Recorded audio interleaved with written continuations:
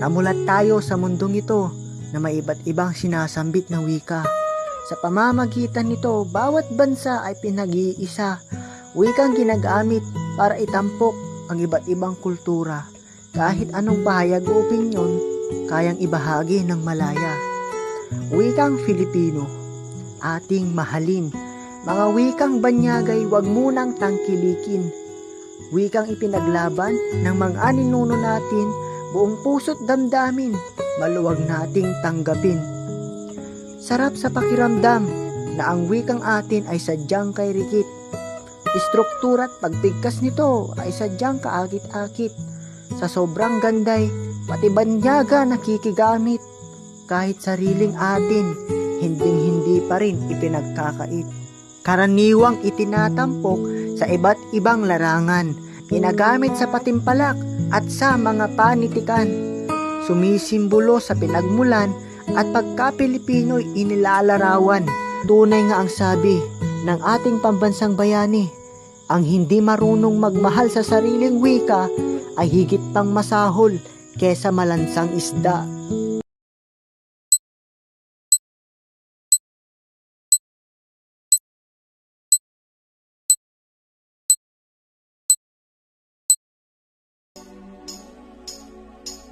Tayo'y mga Pinoy, tayo'y hindi kano. Huwag kang mahihiya kung ang ilong mo ay pango.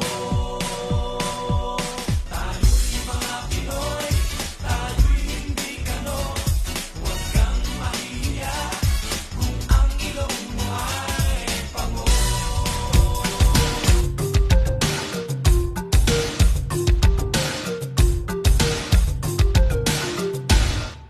Mga kababayan, Mga kababayan ko, dapat lang malaman nyo, bilib ako sa kulay ko, ako ay Pilipino. Kung maitim o may puti, meron naman kayo manggi. Isipin mo na kaya mong abutin ang iyong minimithi.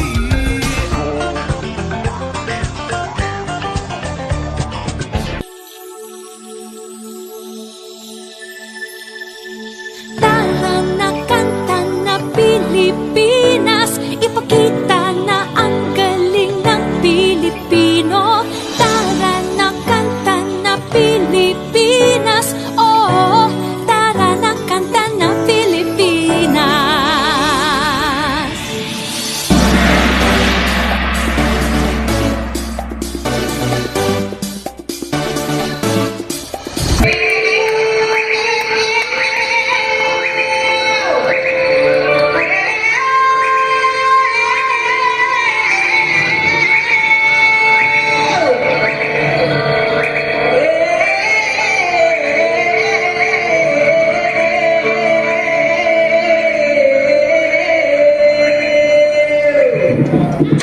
Una, kaya, kaya. Una, kaya, kaya. Una, kaya, kaya. Una, kaya, kaya. Una, kaya, kaya.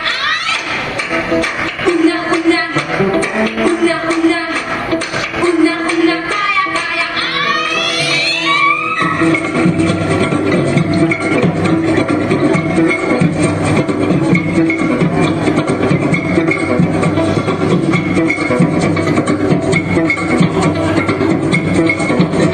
Pinuhay ko ang di bali, langit siwag